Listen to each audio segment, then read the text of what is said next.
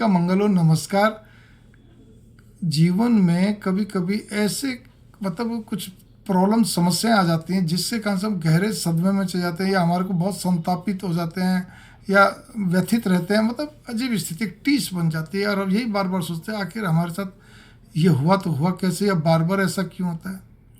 देखिए, अगर मैं एक ही चीज़ कहूँ एक शब्द में तो आपका अहंकार और आपका लोभ ही आपको ये स्थिति पैदा करता है। ये मेरी बात नोट कर लीजिए।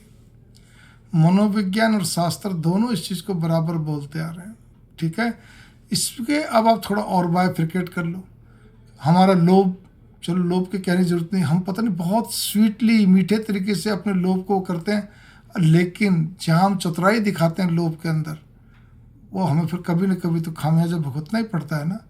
हम अपनी खुदगर्जी में, लोभ में दूसरा पार्ट ये अहंकार के सब चले आ रहे हैं, लोभ का दूसरा पार्ट है खुदगर्जी।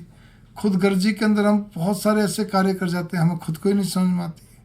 हम बातों में चतुर बन जाते हैं, हम सोचते हैं हम ही बातों को बहुत धीरे से घुमा देते हैं, हम ही किसी की पेट की बात निकालना जानते हैं, हम ही क्या कहते हैं किसी के साथ धीरे से गेम करना जानते हैं, कोई तरीके से मतलब अपना काम निकलवाना जानते हैं, अपने को बस आगे रखना। खुदगर्जी का यही भाव है। इसी प्रकार से किसी प्रकार की भी अमानत में ख़यानत करना ये भी एक लोभ का ही पार्ट है।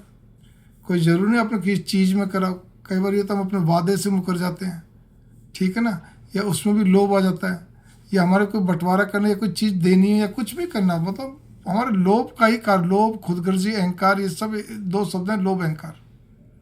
ये चीज़ जाने अनजाने में गलती का कई बार हो जाता है, अनजाने में खास तौर पे हमें नहीं मालूम पड़ता है।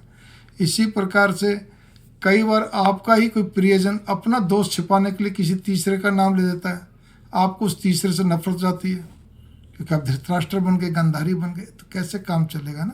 इस चीज़ पे गौर करिए, गंभीरता से सोचिए इस बात को लेकर, तब आपको समझ में आएगी ये वाली बात कि हमारे साथ ऐसा क्यों था, और भी बहुत सारे कारण आपको समझ में आ जाएगी।